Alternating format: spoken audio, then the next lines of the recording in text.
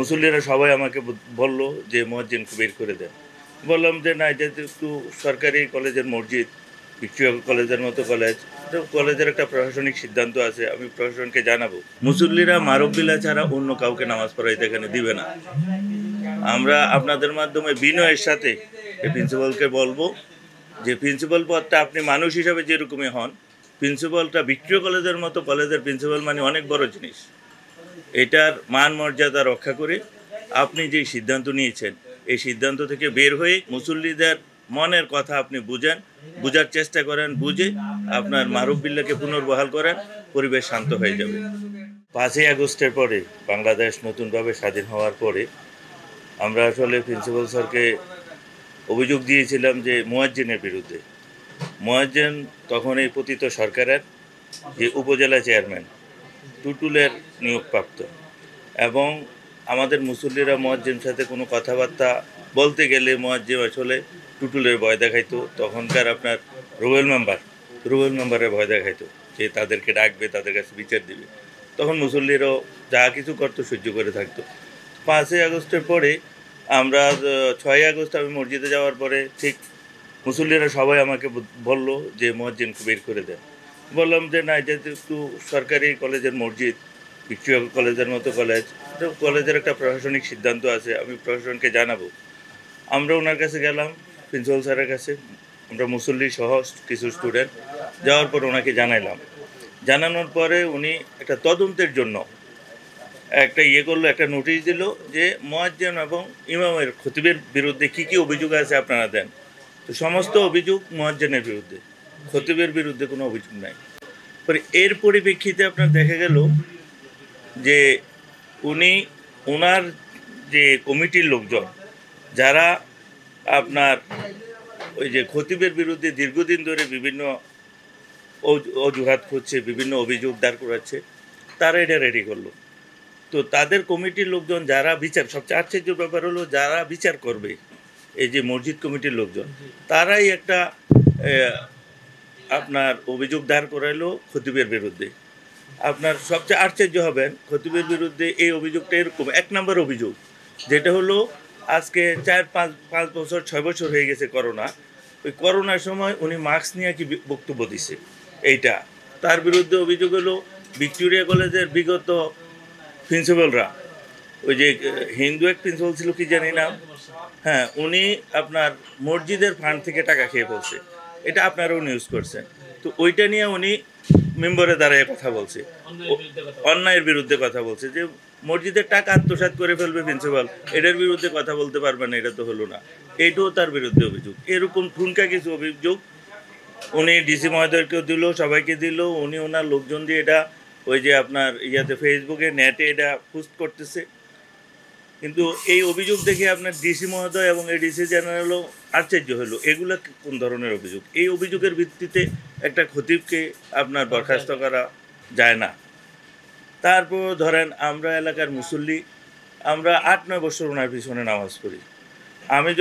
উনি যখন প্রথম আসছে, আমরা যখন প্রথম নামাজ পড়ি, তখন আমরা ফজরের জামাতে যখন যাইতাম, মানে 8-10 জন মুসল্লি হইতো। এখন মাশাআল্লাহ মুসল্লি ভর্তি। উনি আপনার মুসল্লির জন্য মসজিদের খোরাক হলো মুসল্লিরা। উনি বিভিন্নভাবে ফিকির করতে লাগলো। এলাকার যুব সমাজ এবং আমাদের যারা আছে বয়স্ক, তাদের জন্য কোরআন শিক্ষা থেকে শুরু করে উনি প্রতি সপ্তাহে কী করলো, প্রতি সোমবার কোরআনের উপর তাফসীর করতেন।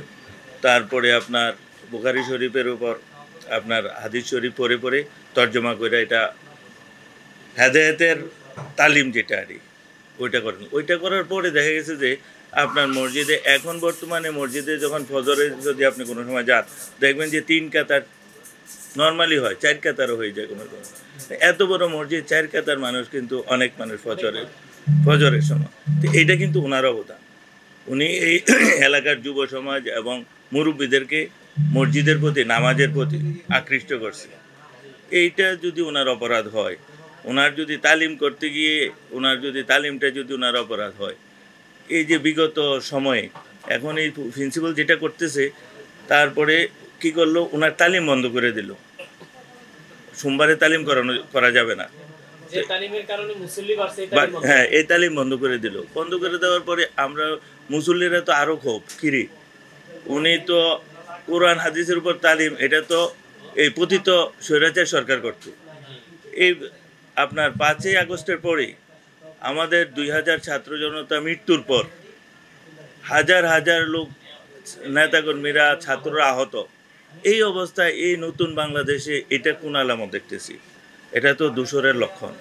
স্বৈরাচার, পতিত স্বৈরাচারের দোসর হিসাবে উনি এই সমস্ত কাজ করতেছে।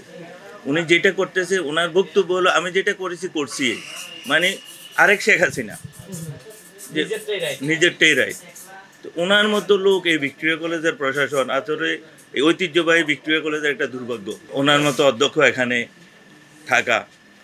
আমরা এখন এই যে মারুফ বিল্লাহ সাহেব, যে খতিবের কথা আপনারা বলছেন, উনি অত্যন্ত বিনয়ী এবং আপনার নামাজ কালাম এবং দিনের ব্যাপারে অত্যন্ত সোচ্চার।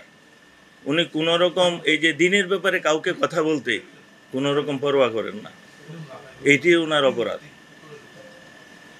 আজকে আপনার মাধ্যমে আমি জানাইতে চাই যে যে মারুফ বিল্লাহ সাহেব আমাদেরকে এই মসজিদমুখী করেছে, এই মহল্লাকে, যেখানে আপনার যুবকরা আজকে হিরোইন সহ বিভিন্ন মাদকে আসক্ত হয়ে, বিভিন্ন অপরাধে আসক্ত হয়ে যুব সমাজ যেখানে একদম ধ্বংসের মুখোমুখি, ওইখান থেকে এই মারুফ বিল্লাহ সাহেব যুব সমাজকে কিন্তু মসজিদের দিকে আনছে, এই মসজিদমুখী করছে। এখন মসজিদমুখী করা এবং মানুষের যে আবেগ, কোনো ইমামের জন্য কিন্তু এত আন্দোলন হয় নাই।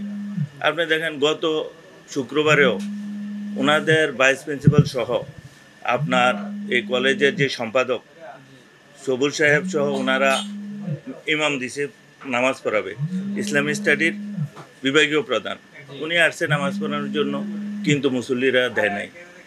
মুসল্লিরা মারুফ বিল্লাহ ছাড়া অন্য কাউকে নামাজ পড়াইতে এখানে দিবে না। আমরা আপনাদের মাধ্যমে বিনয়ের সাথে এই প্রিন্সিপালকে বলবো যে প্রিন্সিপাল পদটা আপনি মানুষ হিসাবে যেরকমই হন, প্রিন্সিপালটা ভিক্টোরিয়া কলেজের মতো কলেজের প্রিন্সিপাল মানে অনেক বড় জিনিস। এটার মান মর্যাদা রক্ষা করে আপনি যে সিদ্ধান্ত নিয়েছেন, এই সিদ্ধান্ত থেকে বের হয়ে মুসল্লিদের আপনার মনোভাব, মুসল্লিদের মনের কথা আপনি বুঝার চেষ্টা করেন, বুঝে আপনার মারুফ বিল্লাহকে পুনর্বহাল করেন, পরিবেশ শান্ত হয়ে যাবে।